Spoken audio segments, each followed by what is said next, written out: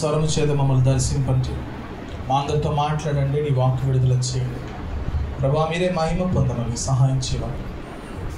యేసు నామములో ప్రార్థిస్తున్నాం తండ్రి, ఆమేన్. హల్లెలూయా.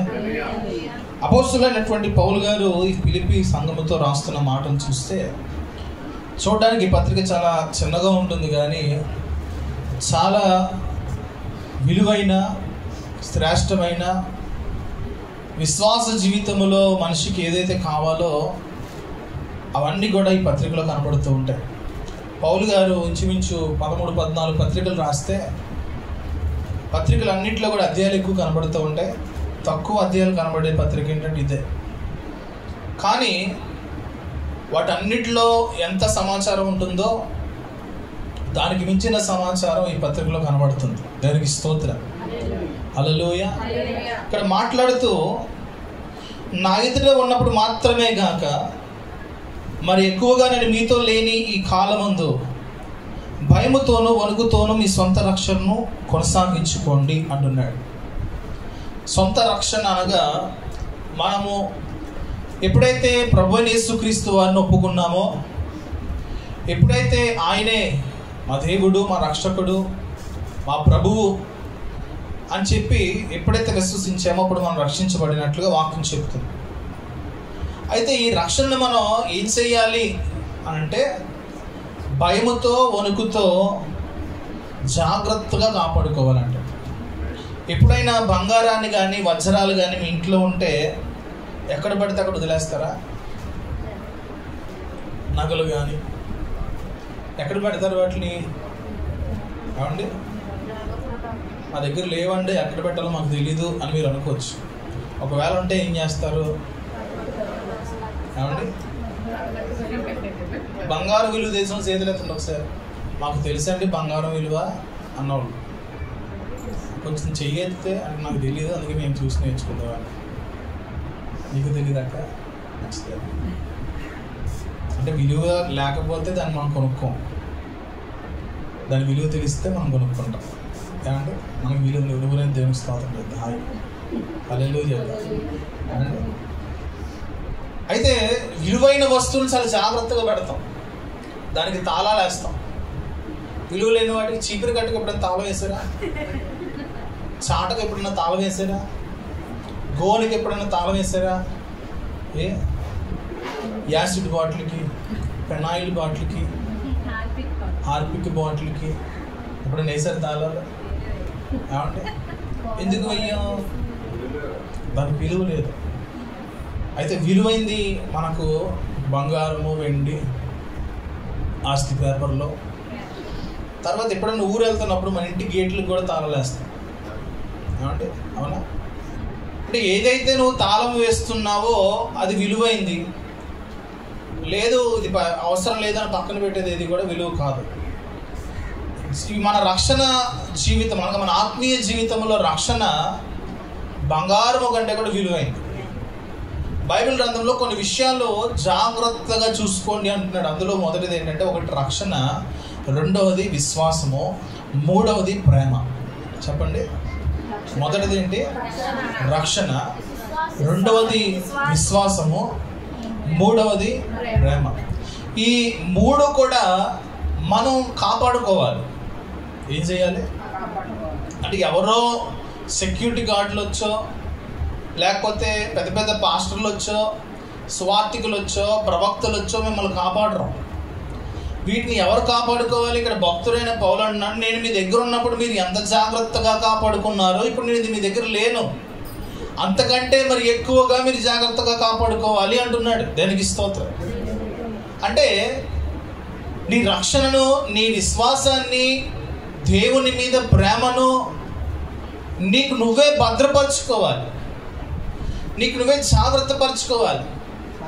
ఎలాగైతే ఈ లోకములో వస్తువులు, బంగారం, వెండి, రాళ్లను నువ్వు జాగ్రత్తగా నీకు నువ్వుగా భద్రపరచుకుంటున్నావో, అలాగే మనము కూడా మన వ్యక్తిగత జీవితంలో విశ్వాసంలోకి వచ్చిన తర్వాత ఈ మూడింటిని కాపాడుకోవాలి. అయితే అపవాదిగాడు చేసే పని ఏంటంటే, విలువైన దానినే వాడు దొంగలించడానికి ప్రయత్నం చేస్తాడు. ఏం చేస్తాడు అపవాదిగాడి పని ఏంటి? ఏమండి, ఏదైతే నీ దగ్గర విలువైందో ఆ విలువైన దానిని దొంగలించడం కాదు, కానీ దాన్ని నీ అంతటా నువ్వే కాల్చివేయడానికి, నీ అంతట నువ్వే పారవేయడానికి, నీ అంతట నువ్వే పాడు చేసుకోవడానికి వాడు నిన్నే ప్రేరేపిస్తూ ఉంటాడు. వాడు తీసుకుని వాడు ఏం చేసుకుంటాడు? విశ్వాసాన్ని వాడు తీసుకోవడంలో ఉపయోగం ఉందా? ఇప్పుడు దొంగ వచ్చాడండి, మన ఇంట్లో వెండి గిన్నెలు, బంగారపు చెవిలీలు దొంగతనం చేసి తీసుకువెళ్ళిపోయాడు. వాడికి దానిలో ఉపయోగం ఉందా లేదా? ఉందా? ఉందే. ఏం చేసుకుంటాడు? వాడు అమ్ముకుంటే వాడు డబ్బులు వస్తాయి, వాడు కుటుంబాన్ని పోషించుకోవచ్చు. మరి అపవాదిగాడు ఈ 3 ఆత్మ సంబంధమైన విషయాలను కనుక దొంగలిస్తే వాడు దేనికి ఉపయోగించుకుంటాడు? వాడేమైనా మారు మనసు తెచ్చుకుంటాడా? 1000 మంది విశ్వాసాన్ని, 1000 మంది ప్రేమని, 1000 మంది రక్షణను వాడు దొంగలించి నేను ఇప్పుడు రక్షణ పొందుకున్నాను అని చెప్పడానికి అవకాశం ఉందా? లేదు. ఏమాత్రం కూడా వాడికి వాడి ఉద్దేశం ఏంటి అంటే, వాడికి భవిష్యత్తులో దేవుడు ఒక అగ్నిగుండాన్ని దాచిపెట్టాడు, ఒక నిత్య నరకాగ్ని దాచిపెట్టాడు. వాడు ఎలాగో వెళ్ళిపోతూ ఉంటాడు కాబట్టి వాడు ఎలాగైనా, వాక్యంలో రాయబడిన మాట ఏంటంటే, వాడి సమయం కొద్దిగే ఉందని తెలిసి వాడు పనిని త్వరగా జరిగిస్తున్నాడు. అంటే అర్థం ఏంటంటే, ఏర్పరచబడిన వారిని సైతం కూడా పాడు చేయడానికి, ఏర్పరచబడిన వారి సైతం కూడా దిగమింగడానికి వాడు గర్జించు సింహం వల్ల తిరుగులాడుచున్నాడు అని వాక్యం చెప్తుంది. దేనికి స్తోత్రం, హల్లెలూయా. అయితే మనకు దేవుడు రక్షణనిచ్చాడు, విశ్వాసాన్ని ఇచ్చాడు, ప్రేమనిచ్చాడు. ఈ 3 కూడా ఖచ్చితంగా అంతం వరకు మనం దాన్ని కాపాడుకోవాలి. ఒకవేళ ఈ 3 మనలో లేకపోతే ప్రమాదకరమైన పరిస్థితుల్లోకి వచ్చినట్లే. ఏంటి ఆ ప్రమాదము అంటే, దేవుని రాకడ సమయంలో కడబోడ మ్రోగినప్పుడు ఆయనతో పాటు ఎత్తబడలేని వారిగా ఉండిపోతామేమో. కనుక మనల్ని మనం పరిశీలన చేసుకోవాలి. ఇప్పుడు బ్యాంక్ అకౌంట్లో మనకి డబ్బులు తక్కువ ఉన్నాయి, 2వ తారీఖునో 3వ తారీఖునో ఈఎంఐ కట్టాలి. అప్పుడు ఏం చేస్తాం? మనం చెక్ చేసుకుంటామా లేదా? అంతకుముందు వాడతాం, అవసరం కాబట్టి వాడతాం. కానీ ఆ 2వ తారీఖు 3వ తారీఖు సమయం వచ్చేసరికి 30వ తారీఖు నుంచి మనం ఒక వేట మొదలు పెడతాం. ఏంటంటే మన బ్యాంక్ అకౌంట్లో డబ్బులు ఉన్నాయా లేవా. లేకపోతే మన దగ్గర ఇంట్లో క్యాష్ ఉందనుకోండి, వెళ్ళి బ్యాంకులోకి వెళ్ళి మార్చుకుంటాం. ఒకవేళ మీ దగ్గర అసలు డబ్బులు లేవు, అప్పుడు ఏం చేస్తారు? తెలిసిన వారిని, ఎవరైతే ఇచ్చేవారు ఉన్నారో వారి దగ్గరికి వెళ్ళి మనం దాన్ని సమకూర్చుకుని ఆ 2వ తారీఖు 3వ తారీఖు ప్రమాదం జరగకుండా ఉండడానికి మనం ముందు చూపుతూ ఉంటాం. అయితే యేసుక్రీస్తు ప్రభు యొక్క రాకడ సమయం గురించి బైబిల్ గ్రంథం చెప్తుంటే అవన్నీ కూడా ఒకటొకటిగా నెరవేర్చుకుంటూ వస్తున్నాయి. అవన్నీ కూడా నెరవేరబడుతున్నాయి. అయితే 100%లో 90% ప్రభు రాకడ గురించినటువంటి ప్రవచనములన్నీ కూడా నెరవేరబడినాయి అని చెప్పి చరిత్రకారులు అందరూ కూడా మాట్లాడుతూ వస్తున్నారు. ఇంకలో ఎంత శాతం ఉంది ఏమండి? ఇంకా ఎంత శాతం? నేను అంటాను, ఆఖరి గడియల్లో మనం ఉన్నాం. ఏ గడియల్లో ఉన్నాం? చివరి గడియల్లో. ఈ చివరి గడియల్లో ఎప్పుడు వస్తాడో ప్రభు తెలియదు. ప్రభు వచ్చినప్పుడు ఏమన్నా హింట్స్ ఇస్తాడా?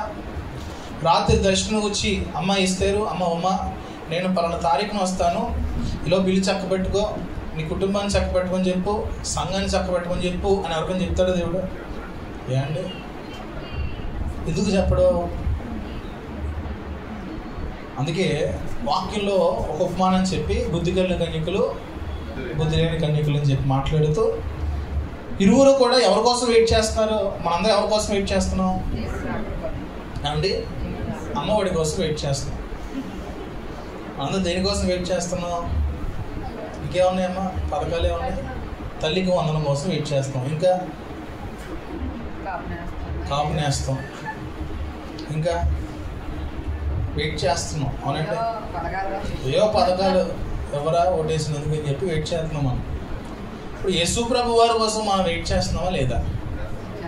ఏం వెయిట్ చేస్తున్నావు? నువ్వు ఏం వెయిట్ చేస్తున్నావు యేసు ప్రభు దగ్గర నుంచి? ఉద్యోగం వెయిట్ చేస్తున్నావు, వచ్చేసిందా? దేవునికి స్తోత్రం. సాక్ష్యం చెప్పింది అయితే ఇంకేం వెయిట్ చేస్తున్నావు?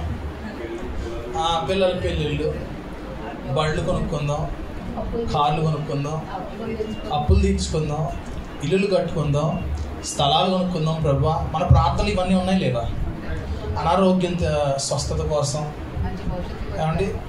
ఇంకా ఈ లోక సంబంధమైన వాటి కోసం వెయిటింగ్. మనందరం కూడా ఏం చేస్తున్నాం?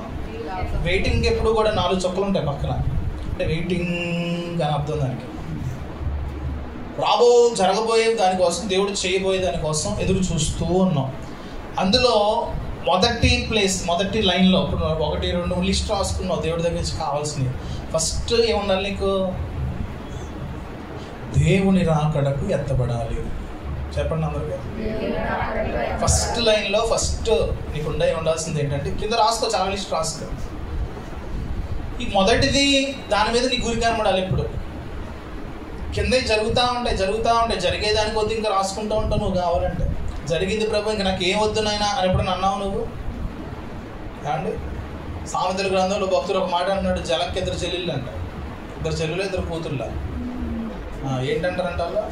2కి ఒకటే పేరంట, ఇమ్మో. జలగంటండి ఎంతలాగా అవుతుంది అంటే ఎంత తాగినా సాగుద్ది అంటండి మనకులాగా. అంటే ఎంత తాగినా సాగుద్దండి. మనిషి జీవితం కూడా ఇవ్వు ప్రభా, ఇవ్వు ప్రభా. మొత్తం పరలోక రాజ్యాన్ని తీసుకొచ్చి ఎదురుగా పెట్టినా, నాకు ఇవ్వు ప్రభా, సరిపోవట్లేదు ప్రభా, నాకు సాగట్లేదు ప్రభా అంటదంటే. అందరు బీరోలు ఫుల్గా ఉంటాయి స్త్రీల ఇంట్లో. ఏమంటే కానీ ఏ పండుగ వచ్చినా, ఏ పుట్టినరోజు వచ్చినా నా దగ్గర ఏమీ లేవు. ఎక్కడికైనా ఫంక్షన్కి వెళ్ళాలంటే నా దగ్గర బట్టలు లేవు, చీరలు లేవు, డ్రెస్సులు లేవు అని చెప్పి అంటూ ఉంటారంటే. ఇది యూనివర్సల్ ప్రాబ్లం అంట. ఓన్లీ మన ఏలూరులో మన దైవాత్మ చర్చలో ఉన్న ప్రాబ్లం అంటే కాదు, అది యూనివర్సల్ ప్రాబ్లం అంటే. చాలా చోట్ల ఈ పదవి ఏంటంటే అర్థమైంది, అప్పుడు ఇది కరెక్టే, ఇది యూనివర్సల్ ప్రాబ్లం. ఎన్ని ఉన్నామంటే ఏమంటాం? లేవు. అందుకని నా చెల్లెళ్ళు ఎవరు ఎందుకే, నా కూతుళ్ళు ఎవరు ఎందుకే? మేము కాదు. దేవునికి స్తోత్రం, హల్లెలూయా. కాబట్టి మొదటిగా నువ్వు ఎదురు చూడవలసింది ఏంటంటే, ప్రభువు నీకు ఇచ్చిన రక్షణను జాగ్రత్తగా నువ్వు కాపాడుకోవాలి. ఏమండి? 1 పేతురు పత్రిక 3వ అధ్యాయము, 1 పేతురు పత్రిక 3వ అధ్యాయము 19 నుంచి 21 వచనాలు. దేవుని దీర్ఘశాంతం ఇంకా కనిపెట్టుచుండినప్పుడు, పూర్వము నోవాహు దినములలో ఓడ సిద్ధపరచబడుచుండగా అవిధేయులైన వారి యొద్దకు, అనగా చెరలో ఉన్న ఆత్మల యొద్దకు ఆయన ఆత్మరూపిగానే వెళ్ళి వారికి ప్రకటించెను. ఆ ఓడలో కొందరు, అనగా 8 మంది నీటి ద్వారా రక్షణ పొందిరి. దానికి సాదృశ్యమైన బాప్తిస్మము ఇప్పుడు మిమ్మల్ని రక్షించుచున్నది. అదేదనగా శరీర మాలిన్యము తీసివేయుట కాదు గాని యేసుక్రీస్తు పునరుద్ధాన మూలముగా దేవుని విషయము నిర్మలమైన మన సాక్షినిచ్చు ప్రత్యుత్తరమే. దానికి స్తోత్రం, హల్లెలూయా. చూడండి, దేవుని దీర్ఘశాంతము కనబడుతుందంటే, దేవుని దీర్ఘశాంతం కనబడుతుంది. నేను అంటాను, నోవాహు దినముల కంటే కూడా ఎక్కువగా దేవుని దీర్ఘశాంతం మన మధ్యన కనబడుతూ ఉంది. ఎలా చెప్పగలుగుతారు అని మీరు అడగచ్చు. నోవాహుతో దేవుడు మాట్లాడాడు. మొదటిగా నోవాహుతో దేవుడు దర్శించాడు. నోవాహుకు దేవుడు సువార్త ప్రకటించాడు. దేవునికి స్తోత్రం. ఏమండి? నోవాహుకు ఎవరు ప్రకటించారు సువార్త? దేవుడే ప్రకటించాడు. ఏమన్నాడు? ఇదిగో మరికొన్ని దినాల్లో, రాబో కాలంలో ప్రపంచం మీద నేను ఒక ఉగ్రతను పంపిస్తాను. నీటి జల ప్రళయం చేత భూమి అంతటిని కూడా నేను నిర్మూలన చేయబోతున్నాను. అయితే నీవును నీ ఇంటి వారును బ్రతకడానికి ఒక ఓడ సిద్ధపరచుకో అని చెప్పి ఓడ కొలతలు దేవుడు చెప్పేశాడు. చెప్పినప్పుడు నోవాహు విధేయత కనుపరిచాడు. అంటే ఏం చేశాడు? దేవునికి స్తోత్రం చెప్తా. నోవాహు దేవునికి విధేయత కనుపరిచాడు. అంత మాత్రమే కాదు కానీ నోవాహు జీవితంలో ఉన్నటువంటి గొప్ప లక్షణం ఏంటంటే, తన మనస్సాక్షిని బట్టి అతడు చాలా పవిత్రత కలిగినటువంటి వ్యక్తిగా దేవుడు కనిపించాడు. ఎందుకంటే ఆ దినాల్లో దేవుని వాక్యం లేదు, ఆ దినాల్లో బైబిల్ గ్రంథం లేదు. మరి ముఖ్యంగా చెప్పాలంటే ఆ దినాల్లో భక్తులే లేరండి. అవునంటారా కాదంటారా? ఎలా చెప్పగలుగుతారండి? నోవాహు దినముల్లో భక్తులు లేరని మీరు ఎలా చెప్పగలుగుతారు? ఏమండి? దేవుని వాక్యం చెప్తుంది, దేవుని కనుదృష్టి లోకమంతా సంచారం చేస్తుంది. అక్కడ నోవాహు మాత్రమే దేవుని దృష్టికి నీతిమంతుడిగా కనిపించాడంట. అంటే అతడు తన మనస్సాక్షి విషయంలో ఒక భద్రత కలిగినటువంటి వ్యక్తిగా కనబడ్డాడు. మనస్సాక్షి విషయంలో ఏదో తెలియనటువంటి భయాన్ని కలిగి మనస్సాక్షిని నొప్పించకుండా తన జీవితాన్ని కొనసాగిస్తూ ఉన్నాడు. అది దేవుడు కనబడిందండి. దానికి స్తోత్రం. ఆది కాండంలో మనం చదివితే అక్కడ మానవులు ఎందుకు చేశానా అని చెప్పి దేవుడు బాధపడినటువంటి సందర్భం అది. ఏమంటే మొదట్లో ఆదాము వాళ్ళని ఇవన్నీ చేసినప్పుడు, భూమిని చేసినప్పుడు, ఆ పక్షులను చేసినప్పుడు అన్నీ బాగున్నాయి, అన్నీ చక్కగా ఉన్నాయని చెప్పి దేవుడు సాక్ష్యం చెప్తే 7వ అధ్యాయంలోకి వచ్చేసరికి అంటున్నాడు, ఎందుకు నేను నరుని చేశానా అని సంతాపపడ్డాడు, బాధపడ్డాడు. అంటే ఎంత బాధ కలిగింది దేవునికి అంటే అర్థం మనస్సాక్షిని చంపుకుని బ్రతికినటువంటి దినాలు అవన్నీ కూడా. నేనంటా నోవాహుతోనే దేవుడు మాట్లాడా అంటే కాదు. నోవాహు కంటే ముందు ఎంతో మందితో దేవుడు మాట్లాడి ఉండొచ్చు. ఏమండి, అవునా కదా? మరి మాట్లాడినప్పుడు వారెవరూ కూడా లెక్క లేకుండా ఉన్నారు. వారెవరూ కూడా దేవుడు అంటే భయం లేకుండా ఉన్నారు. వారెవరూ కూడా దేవుని మాటకు విలువ లేకుండా ఉన్నారు. నోవాహు మటుకు వెనువెంటనే విధేయత చూపించాడండి. దేవునికి స్తోత్రం. దేవునికి ఏంటండి కావాల్సింది అని అంటే మాట వినడం కావాలి. వెంటనే నువ్వు దేవుని మాటకు లోబడడం అనేది దేవునికి నీ జీవితంలో నచ్చినటువంటి ప్రధానమైన కారణం అది. దేవునికి స్తోత్రం. హల్లెలూయా. అక్కడ నోవాహుకు చెప్పినప్పుడు నోవాహుతో పాటు తన కుటుంబానికి కూడా నోవాహు ప్రకటించుకున్నాడు. తన కుటుంబం నోవాహుని నమ్మిందండి. ఏం చేసింది? తన కుటుంబం నోవాహుని నమ్మడానికి గల కారణం ఏంటి అని ఒక ప్రశ్న వేసుకుంటే, నోవాహు తన కుటుంబాన్ని ప్రేమించిన వాడుగా ఉన్నాడు. తన కుటుంబం నోవాహుని ప్రేమించిందిగా ఉంది. ప్రేమిస్తే మాట వింటారండి. ప్రేమిస్తే మాట వింటారు, ప్రేమించకపోతే మాట వినరు. మాట విన్నట్లు నటిస్తారు. రెండింటికి తేడా ఉంది. ప్రేమిస్తే నువ్వు మాట వింటావు, ప్రేమించకపోతే ఒకటి కొంతమంది అసలు నేను వినను అని మొహమే చెప్తారు. అందులో రెండవ కేటగిరీ ఏంటంటే నటిస్తారు వింటున్నట్లుగా. Super, okay okay okay. నువ్వు ఎలాంటి రకంగా ఉన్నావు దేవుని ఎదుట ఆలోచించు. మరి నోవాహుతో పాటు తన కుటుంబం నటించిందా, మాట విన్నాదా? ఏమండి, ఇక్కడ చదువుతున్నాం కదా మనం. అక్కడ చూడండి, ఆ ఓడలో కొందరు అనగా 8 మంది నీటి ద్వారా రక్షణ పొందారు అంటున్నాడు. రక్షణ అనే పదం బైబిల్ గ్రంథంలో మనకి తెలిసి క్రొత్త నిబంధనలో వాడుకగా కనబడుతుంది. మరి పాత నిబంధనలో రక్షణ అనే పదం ఎందుకు రాశారు అంటే మాట వింటే రక్షణ పొందుకుంటాం. మాట వింటే దేవుడు చెప్పింది ఏంటో తెలుసా? ఒకటే, ఓడ కట్టుకుని ఓడలోకి వెళ్ళాలి. ఏం చెప్పింది? ఆ ఓడ కట్టుకుని ఓడలోకి వెళ్ళడం వలన, మాట వినడం వలన వారందరూ కూడా రక్షణ పొందుకున్నారు. 8 మంది. అక్కడ రాస్తున్నాడు, వారందరూ కూడా నీటి మూలముగా బాప్తిస్మము. బాప్తిజం అనే పదం పాత నిబంధనలు ఎక్కడ కనబడలా, కానీ ఇక్కడ దాన్ని సాదృశ్య రూపంగా రాస్తున్నాడు. రెండవది చూస్తే తర్వాత, దానికి సాదృశ్యమైన బాప్తిసం ఇప్పుడు మిమ్మల్ని రక్షించుతుంది. ఇప్పుడు మనందరం కూడా దేవుని మాట విన్నాం, అవునా? స్వార్థ వినొచ్చేమా లేదా? స్వార్థ అంగీకరించాం, విగ్రహార్థను విడిచిపెట్టాం, అబద్ధమైన వాటిని విడిచిపెట్టాం, లోకాన్ని విడిచిపెట్టాం. యేసు ప్రభు దగ్గర మనం రావాలి. యేసు ప్రభు వల్ల మాత్రమే నిత్య జీవము, యేసు ప్రభు వల్ల మాత్రమే మనం పరలోక రాజ్యానికి వెళ్తాం. ఈ మాటలు విని మనందరం కూడా బాప్తిసం తీసుకున్నాం, అవునండి? ఒకవేళ తీసుకోవట్లేదు అంటే యేసు ప్రభుని ఇంకా నమ్మలేదని అర్థం, అంతే కాదు అండి? తీసుకున్నామంటే అర్థం ఏంటి? ఒప్పుకున్నట్లు. తీసుకోలేదంటే ఒప్పుకోలేదని అర్థం. ఇక్కడ అన్నాడు తర్వాత వచ్చేసరికి అదేంటంటే శరీర మాలిన్యము తీసివేయుట కాదు కానీ, శరీర మాలిన్యం తీసివేయడానికి బాప్తిసం కాదండి. అదవుతుంది మాట. శరీర మాలిన్యం అంటే అర్థం ఏంటి? ఇప్పుడు నయమాన్ ఉన్నాడు, 7 సార్లు మునిగాడు, బాప్తిసం అది. అతనికి శరీర మాలిన్యం ఉంది, శరీరంలో వ్యాధులు ఉన్నాయి. ఇప్పుడు బాప్తిసం తీసుకుంటే స్వస్థత వస్తుంది, బాప్తిజం తీసుకుంటే కార్యాలు జరుగుతాయి, బాప్తిజం తీసుకుంటే మనం అనుకున్నది జరుగుద్ది అనేది బైబిల్ ఎక్కడా చెప్పలే. అసలు బాప్తిజం ఎందుకు తీసుకోవాలి అనే ప్రశ్న వేసుకోగలిగితే అపోస్తుల కార్యం 2వ అధ్యాయంలో 37వ వచనము 40వ వచనంలో వాటికి సమాధానం కనబడుతుంది. చూడండి, అపోస్తుల కార్యము 2వ అధ్యాయము 37వ వచనము అలాగే 40వ వచనం. వారు ఈ మాటలు విని హృదయములో, ఎక్కడ? శరీరంలోనా హృదయంలోనా? ఏమండి?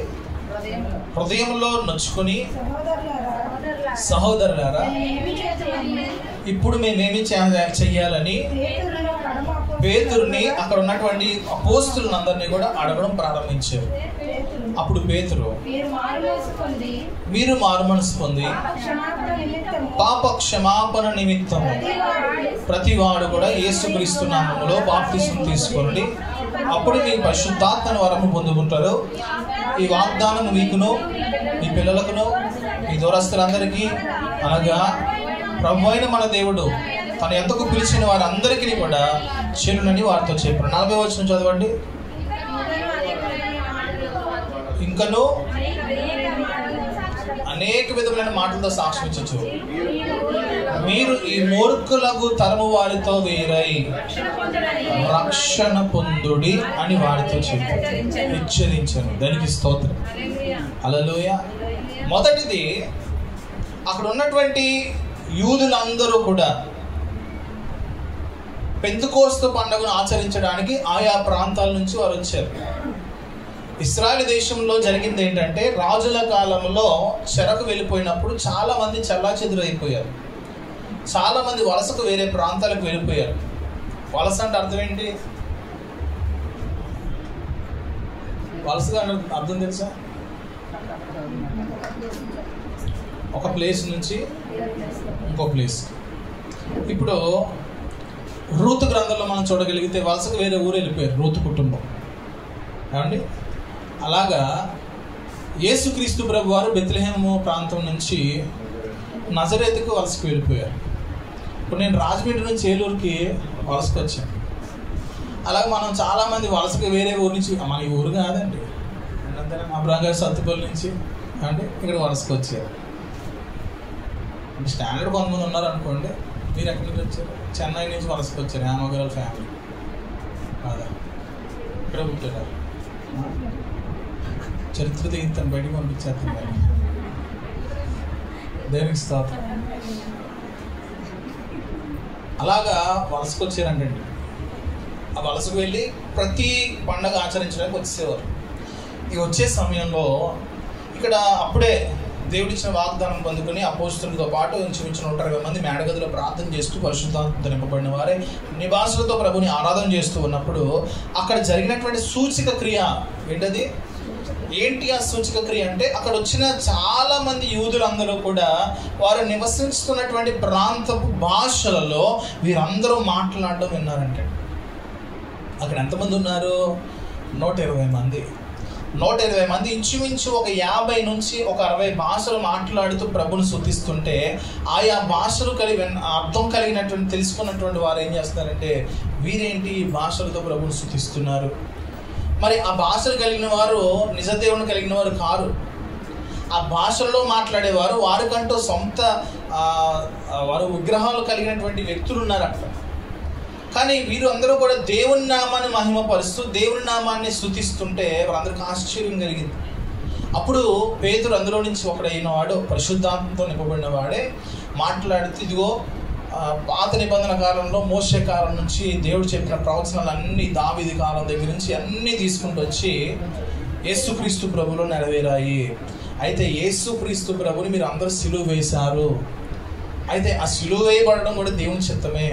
ఆ సిలువ వేయబడడం వల్ల మాత్రమే మనుషులందరికీ విడుదల కలుగుతుంది. ఆయనే మన కొరకు బలి అయినటువంటి గొర్రె పిల్ల అని చెప్పి మాట్లాడుతూ వచ్చేసరికి అక్కడ ఉన్నటువంటి వారు అందరూ కూడా దేవుని వాక్యానికి లోబడ్డారు. దేవునికి స్తోత్రం. లోబడి వారు పశ్చాత్తాపడ్డారండి. హృదయంలో వాక్యం అర్థం చేసుకున్నారు, పశ్చాత్తాపడి వారు అందరూ అక్కడ ఉన్నటువంటి అపోస్తుల్ని పేతురుని అడిగింది ఏంటంటే, అయ్యలారా ఇప్పుడు మేమేం చేయాలి? మేము పాపులమే, మేము అపరాధం చేసిన వారమే, మేము తప్పులు చేసిన వారమే. ఇప్పుడు వీటన్నిటి నుంచి మాకు విడుదల కావాలంటే మేము ఏం చేయాలి? మామూలుగా సాధారణంగా అంతకుముందు చేసేది ఏంటి వాళ్ళకి తెలుసు. పాపక్షమాపణ నిమిత్తం వారు ఏం చేసేవారంటే ఒక గొర్రె పిల్లను కానీ, ఒక దూడను కానీ, పావురమును కానీ తీసుకొచ్చి వారికి అక్కడ బలి ఇవ్వడం అనేది, యాజకుడికి ఇచ్చి బలి అర్పణ చేయించడం అనేది వాడుక. కానీ ఇప్పుడు అవేమి పనిచేయవు అని అర్థమైపోయింది వాళ్ళకి. ఆ బలి అర్పణ ద్వారా పాపక్షమాపణ లేదు అని వారికి అర్థమైపోయింది. ఏంటి ఇప్పుడు దానికి వచ్చినటువంటి విమోచన ఏంటి అని అడిగితే అప్పుడు పేతురు గారు అంటున్నారు ఏంటంటే, మీరు మారు మనసు పొంది పాపక్షమాపణ తీసుకోండి. దానికి స్తోత్రం.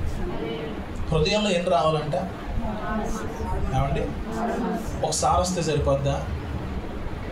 బాప్తిజం తీసుకునే ముందు రోజు మనకు మారు మనసు వచ్చి పశ్చాత్తాపం వచ్చి కన్నీరుగా చేస్తే మన రక్షణ పొందేసుకున్నట్లేనా అని అడిగితే కాదు. ఇందాక మనం చదివింది అదే.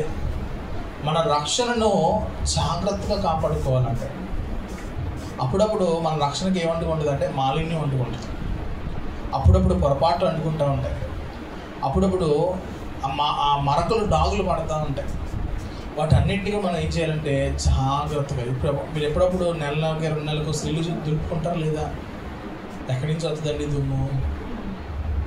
మీ పిల్లలు తీసుకొచ్చేస్తున్నారా? లేకపోతే ఎవరైనా బయట నుంచి వచ్చినప్పుడు ఇలా కాలు దులుపుతుంటే వస్తుందా? ఏమండి? అది నేచర్, అంతే, ఏం చేయలేం. అలాగే మనం బాగున్నాం, సూపర్గా ఉన్నాం అనుకుంటా కూర్చుంటే పని అవుతాం. జాగ్రత్త కలిగి ఉండాలి. కొన్నిసార్లు దేవుని వాక్యము మనకు వస్తున్నప్పుడు మన రక్షణను మనం మరలా దాన్ని శుభ్రపరచుకునే వారంగా ఉండాలి. దేవునికి స్తోత్రం. హల్లెలూయా. అక్కడ అంటున్నాడు, ఇది 40 వచనంలో చూడగలిగితే 40 వచనం అంటున్నాడు,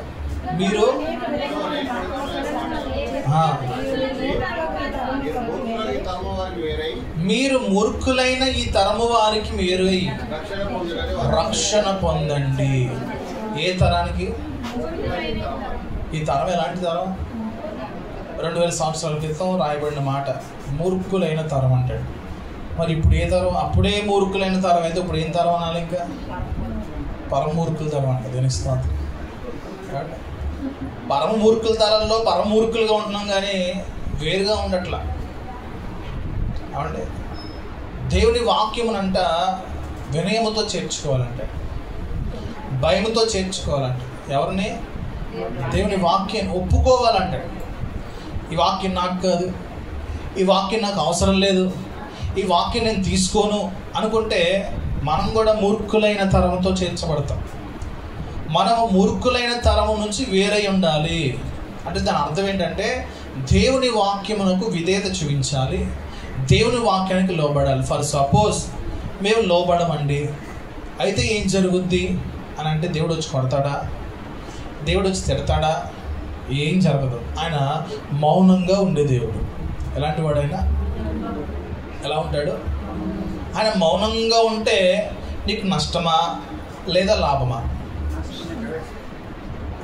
చెప్పండి అమ్మా. ఆయన మౌనంగా ఉంటే నీకు నష్టమా లాభమా? లాభం అంటారు. ఆయన ఏమన్నా పోతే చక్కగా బాగుంటుంది కదా. ఇప్పుడు అమ్మ నాన్న పిల్లలు కొట్టకపోతే నష్టమా లాభమా? అమ్మ నాన్న పిల్లల్ని ఏమనకపోతే నష్టమా లాభమా? పిల్లలు చెప్పాలి. అమ్మ సరేనా, అమ్మ నాన్న ఏమనకపోతే నష్టమా లాభమా?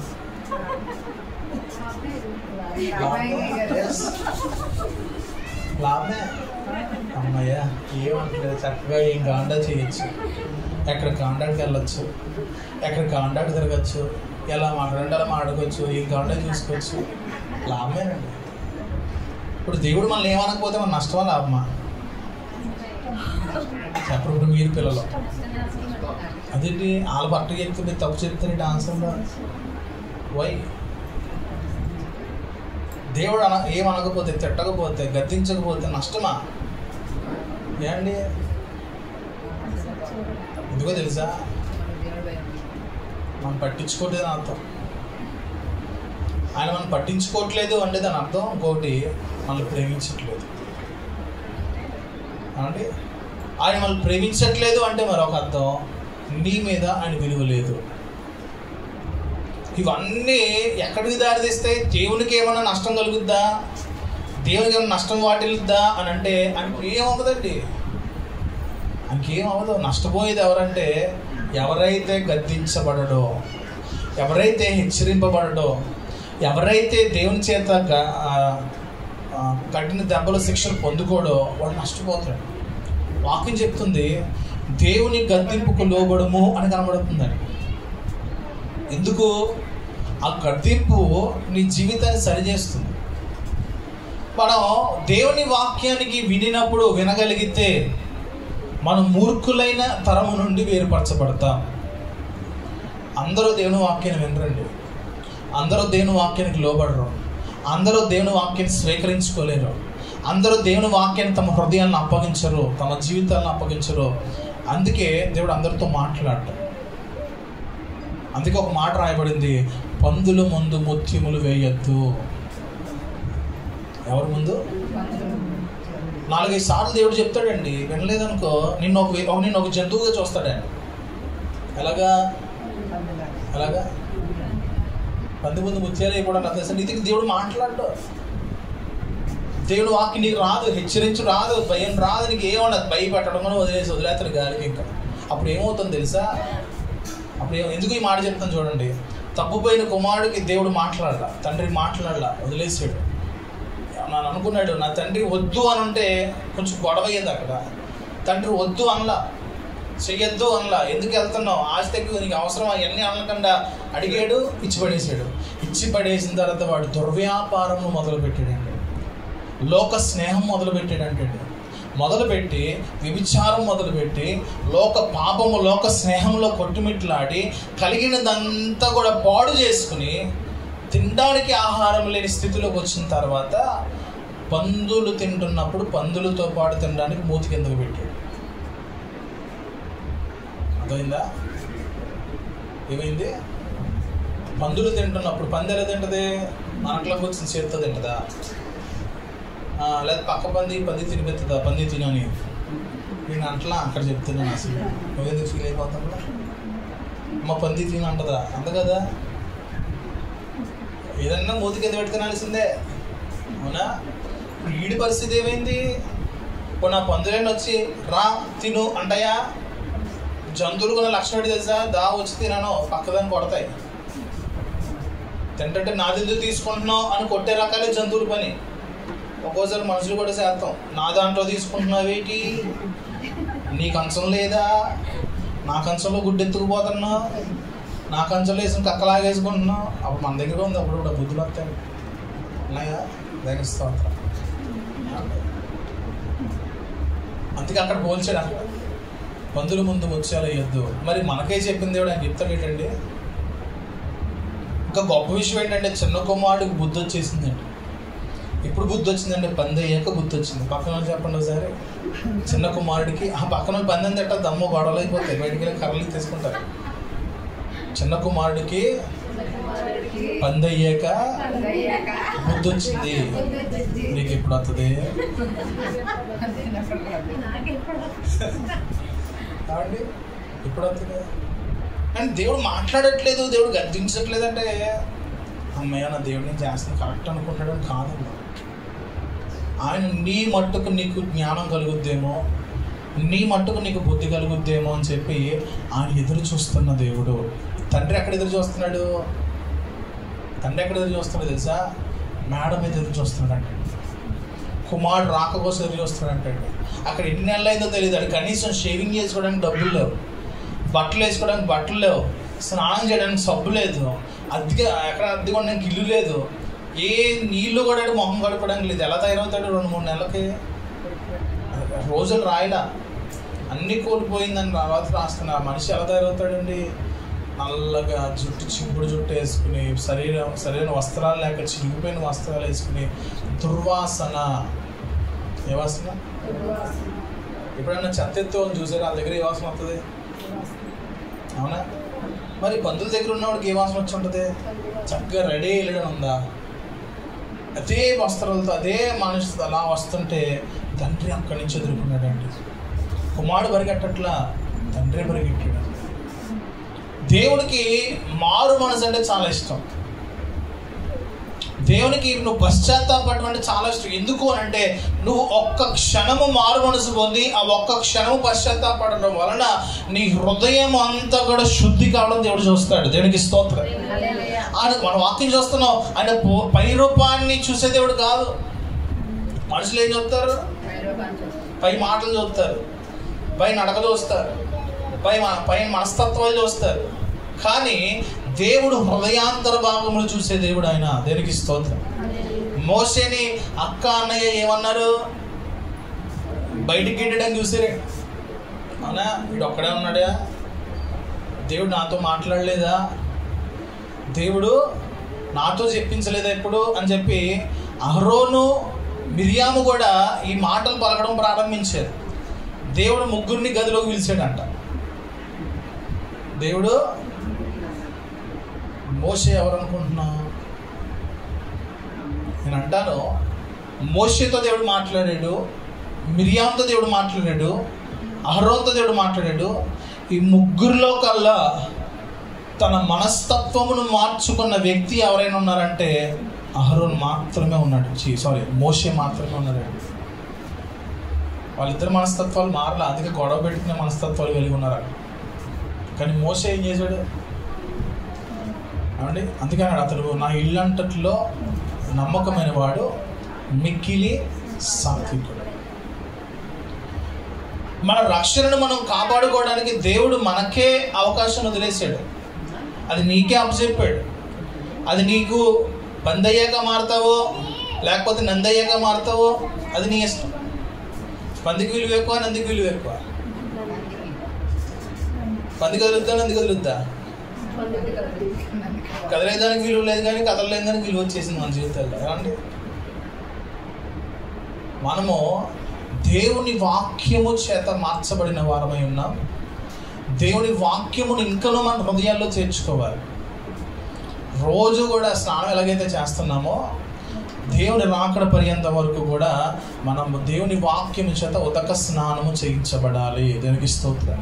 మరొక చోట రాయబడింది, దేవుని వాక్యము రెండంచుల ఖడ్గము. అది ఏం చేస్తుంది అంటే మన నరాల్లోకి వెళ్ళి, మురుగుల్లోకి వెళ్ళి, ఎముకల్లోకి వెళ్ళి, చీల మండలముల మట్టుకు అది శుద్ధి చేస్తుందండి. నువ్వు దాన్ని ఏం చేయాలంటే తీసుకోవాలి. పిల్లలు టానిక్ అంతా ఏం చేస్తారు? పుచ్చుకొని ఊసేస్తారు. ఎన్నిసార్లు యూజ్ చేయలే ఏమండి? ఇప్పుడు నీకు బలవంతంగా ట్యాబ్లెట్ వేసినట్లు బలవంతంగా వాక్యం ఎక్కించగలవా? ఇప్పటికీ కొంతమందికి ట్యాబ్లెట్ వేసుకోరండి అలా ఉన్నారు. ఇప్పటికి ట్యాబ్లెట్ వేసుకునే ఉన్నారు. ఇప్పుడు ఉన్నారా? వేసుకుంటాక బడబడ ట్యాబ్లెట్ వేసుకోగలుగుతా మంచిదేనా? పెద్ద పెద్దలు ఉన్నారు ఇప్పటికీ కూడా ట్యాబ్లెట్ అంటే లా మొహం పెట్టి వేసుకుని ఇప్పటికీ ఉన్నారు. దేవుని వాక్యం ట్యాబ్లెటే. ఇప్పటికీ సూదంటే భయంలో చాలా ఉన్నారు. అవునా? ఇంజక్షన్ ప్రళయకి ఉంది, ఆవిడ కంట్రోల్లో ఇంజక్షన్ చేసేద్దా? ఆవిడకి ఇంజక్షన్ అంటే భయం. ఒకసారి కరోనా టైంలో దాని ఏమంటారు వ్యాక్సినేషన్కి వెళ్తే నా తల ప్రాణం తాపుకొచ్చింది. డాక్టర్ వేనా అని అడిగాను నేను ఒకసారి. చాలామంది అప్పుడే ఇంజక్షన్, ఈ మందులు ఇవన్నీ పైకి మనకు భయంకరంగా కనబడతాయి, బాధ పెట్టేగా కనబడతాయి, హాని చేసేవిగా కనబడతాయి. కానీ లోపల ఉన్నటువంటి నీ మాలిన్యాన్ని తొలగించేది అదే. దేవునికి స్తోత్రం. దేవుని వాక్యం కూడా నీ మొహం మీద కొట్టినప్పుడు ఒక్కోసారి నీకు బాధ వచ్చేది. దేవుని వాక్యం కూడా కొన్నిసార్లు మనతో మాట్లాడినప్పుడు చిరాకు వస్తూ ఉంటుంది. కానీ తెలుసుకోవాల్సిన విషయం ఏంటంటే చెవులలో నుంచి నీ మొదటిలోకి వెళ్ళి నీ హృదయం ద్వారా నీ మూలుగులు, నీ చీలమండలం అనగా నీ బ్రతుకు అంతటిని కూడా ఆ వాక్యమే శుద్ధి చేస్తుంది అంట. దేవునికి స్తోత్రం. హల్లెలూయా. ఆ వాక్యము నీలో చేర్చుకున్నప్పుడు నీ రక్షణ నువ్వు కాపాడుకుంటున్నట్లు, ఆ వాక్యం నువ్వు అంగీకరించినప్పుడు నీ బ్రతుకును నువ్వు కాపాడుకుంటున్నట్లు. అవును, నేను యేసుక్రీస్తు ప్రభువుకు చెందిన దాన్నో, నేను యేసు ప్రభువుకు చెందిన వాడినో, నేను నా దేవుని కొరకు బ్రతకాలి, నా దేవుని కోసం జీవించాలని చెప్పి నీకు ఆలోచన కలుగుద్ది. దేవునికి స్తోత్రం చెప్తా. హల్లెలూయా. తర్వాత హెబ్రీయులకు రాసిన పత్రిక 11:7 చదువుతాం. 21 వచనం చదువు. నేను దాని మొదటి పేతురులోది 3:21. 8 మంది నేటి ద్వారా రక్షణ పొంది దానికి సాదృశ్యమైన వాక్యంతో ఇప్పుడు మిమ్మల్ని రక్షించున్నది. అదేంటంటే శరీర మాలిన్యము పై పైన ఉన్నటువంటి మాలిన్యము మురికి తీసివేయడం కాదు, కానీ యేసుక్రీస్తు ప్రభు యొక్క పునరుద్ధాన మూలముగా